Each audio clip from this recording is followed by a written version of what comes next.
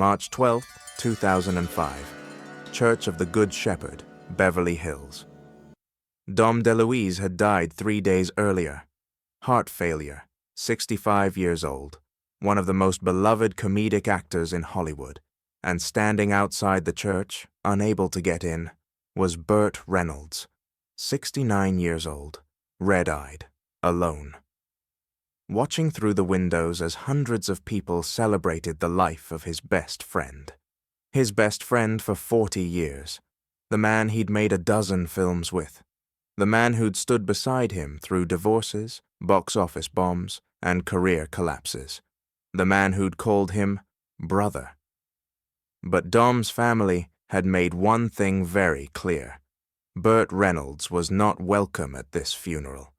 This is the story of how one interview destroyed a 40-year friendship. How ego cost Burt the only person who'd stayed loyal through everything, and how he spent the last years of Dom's life being shut out, erased, forgotten. Stay with me.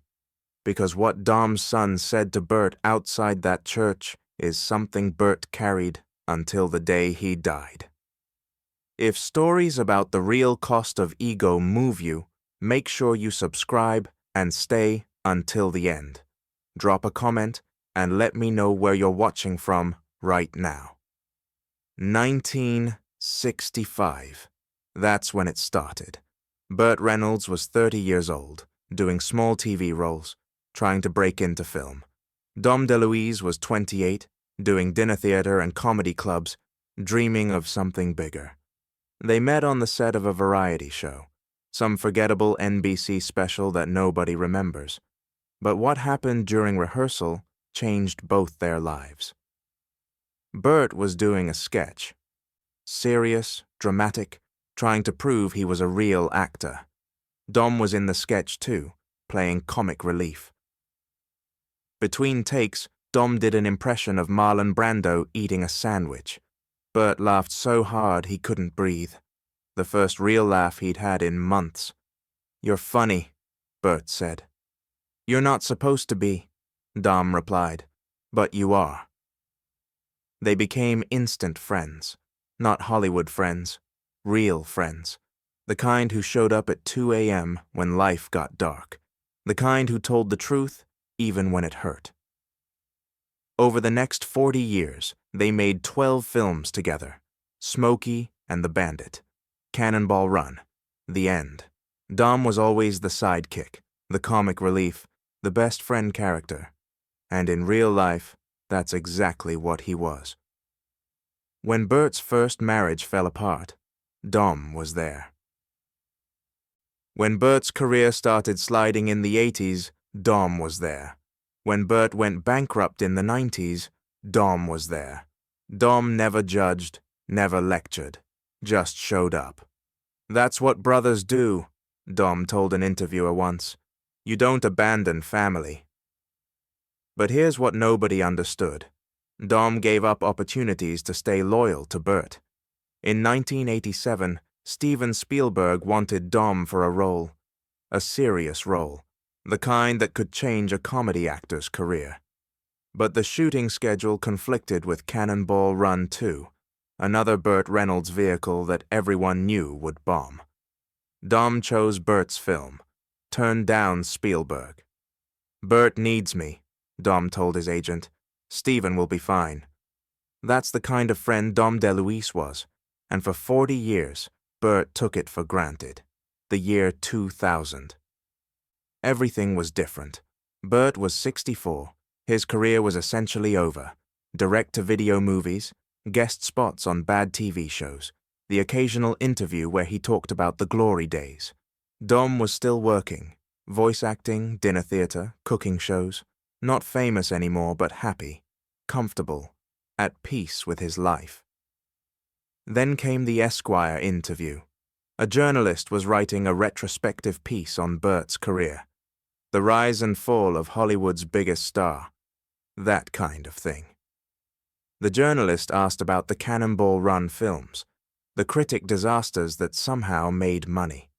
"Those films are beloved," the journalist said. "Dom DeLuise was hilarious in them." and Burt said something he could never take back. Dom was always in my shadow. He knew it. I knew it. Without me, he would have been doing dinner theater in New Jersey his whole life. I made Dom DeLuise a star, and he lived off that for 40 years. The article published in September 2000. Dom's wife, Carol, read it first. She called Dom into the kitchen, showed him the magazine. Dom read the quote 3 times. Then he set the magazine down very carefully. "I need to think," he said quietly. He went to his office, closed the door, and cried for an hour, not because Burt said he wasn't talented. Dom knew his worth, but because after 40 years of loyalty, of showing up, of being there through everything, Burt reduced their entire friendship to, "He lived in my shadow." Carol knocked on the door. "Are you going to call him?" "No," Dom said. "I'm done. If you're finding value in this story, hit that subscribe button right now." Let me know in the comments what you think Dom should have done, because what happens next gets worse, much worse. Burt called Dom 2 weeks after the article came out, not to apologize, to explain. "Hey, buddy, you see that Esquire thing? They took my words out of context. You know how these reporters are." Dom was quiet for a long moment. Then he said something he'd never said to Burt in 40 years. "Burt, I read the quote. It wasn't out of context. Those were your exact words, and you meant them." "Come on, Dom, don't be sensitive. I turned down Spielberg for you," Dom interrupted. His voice wasn't angry. It was sad. 1987. I chose your movie over his, because you were my friend, because I thought loyalty mattered." Burt tried to laugh it off. "That was forever ago. And look, my movies made more money anyway." "That's not the point," Dom said. "The point is, you think I owe my career to you. You think I was nothing without you. And after 40 years, I realize you've always thought that." "Dom, I need some space, Burt. Don't call me for a while." Dom hung up. That was October 2000. They didn't speak again until March 2002. 18 months of silence. The reconciliation happened at a charity event. They saw each other across the room. Burt walked over. "I've missed you, buddy." Dom looked at him, considered, then nodded. "I've missed you too." They hugged. But something had changed. The friendship wasn't the same. The trust was cracked. Over the next 3 years, they saw each other occasionally. Industry events, mutual friends' parties. Always polite, always cordial. But distant.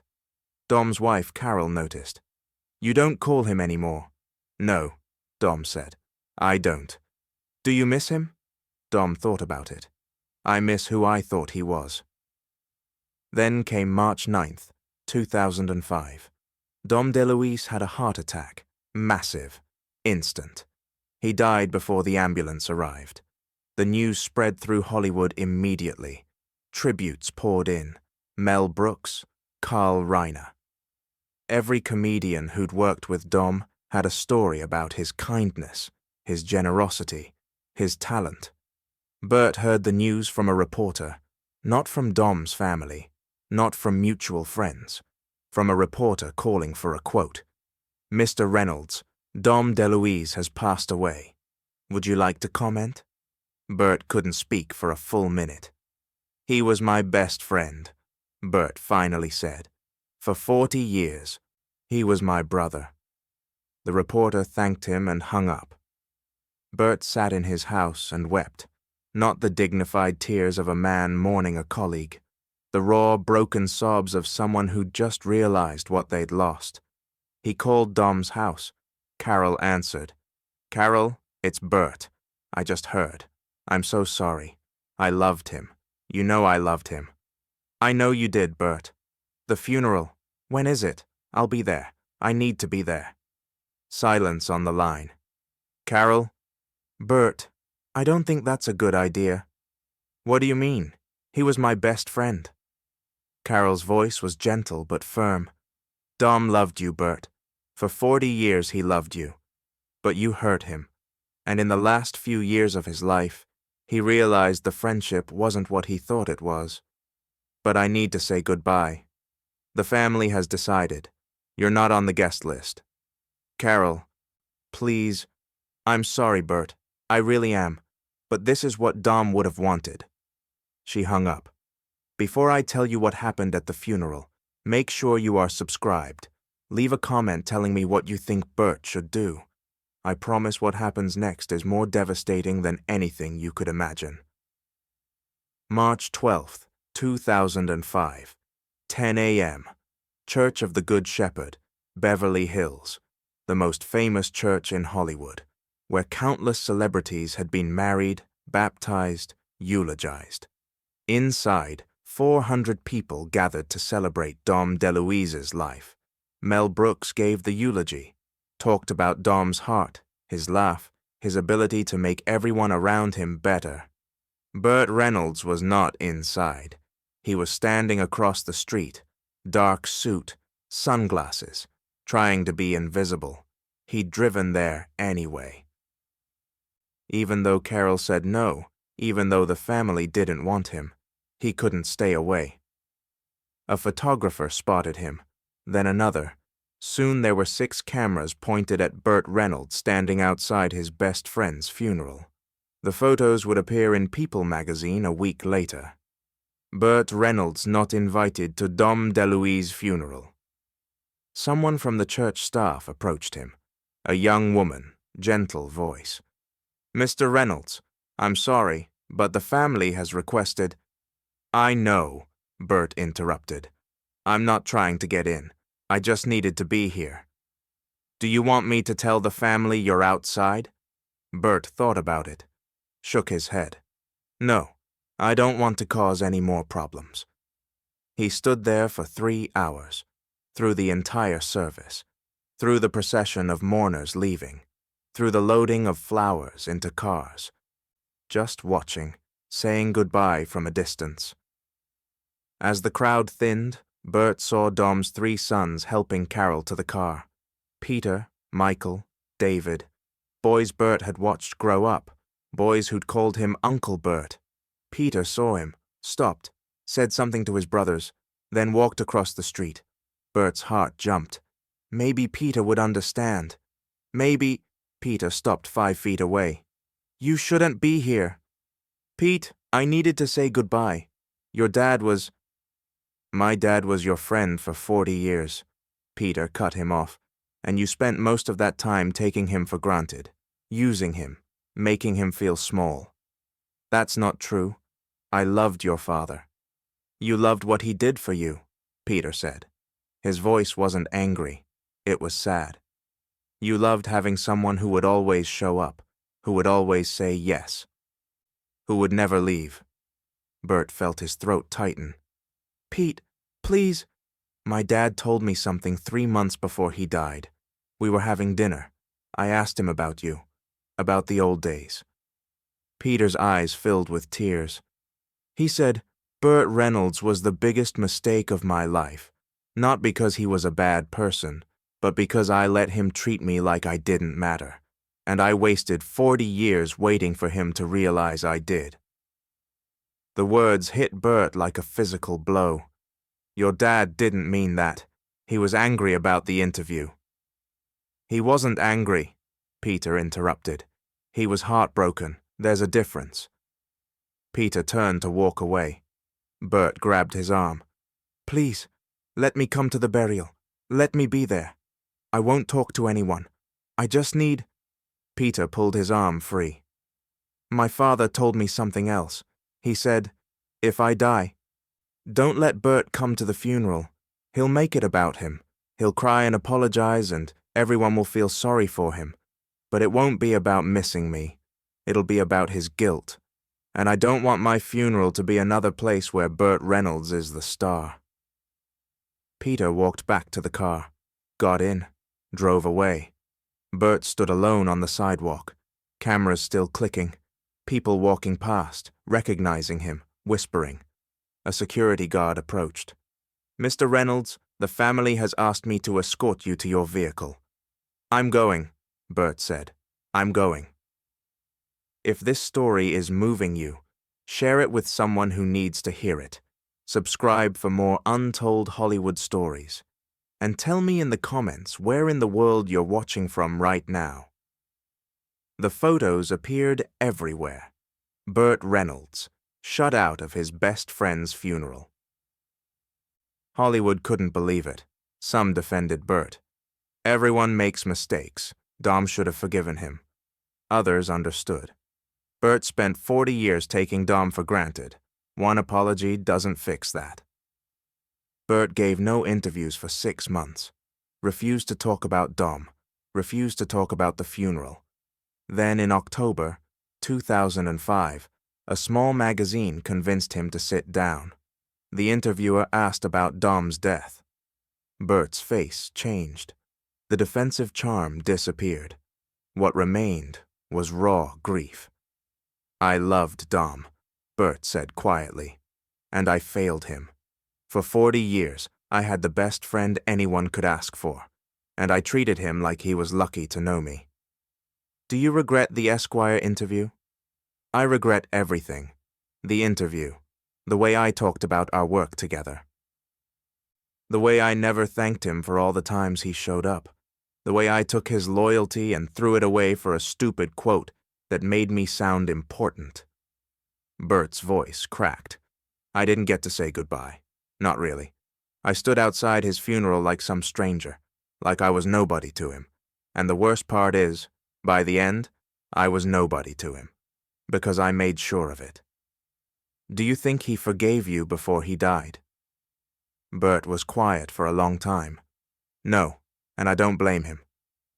5 years later, 2010, another interview. A documentary filmmaker doing a piece on Burt's life.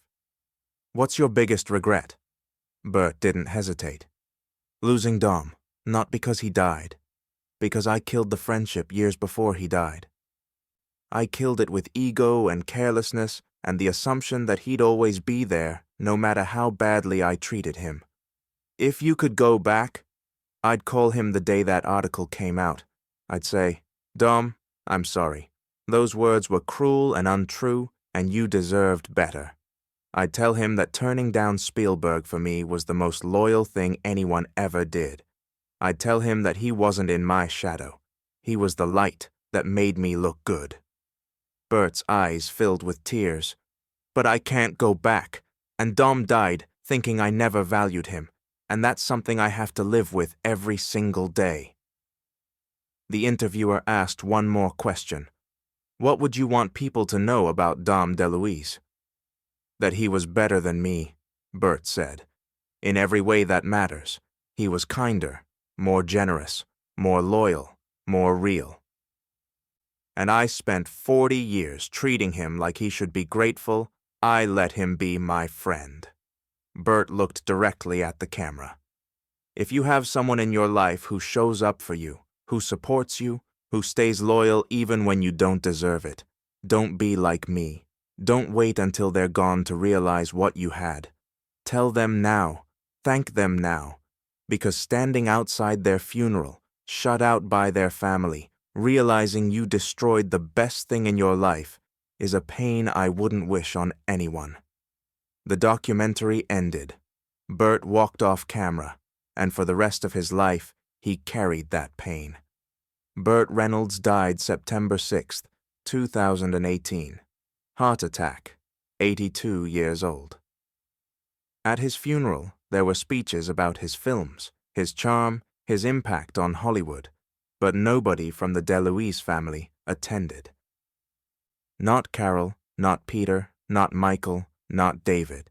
They sent flowers. The card read, "Dom always said, 'You reap what you sow.' Rest in peace, Burt." The tragedy of Burt Reynolds and Dom DeLuise isn't just about ego.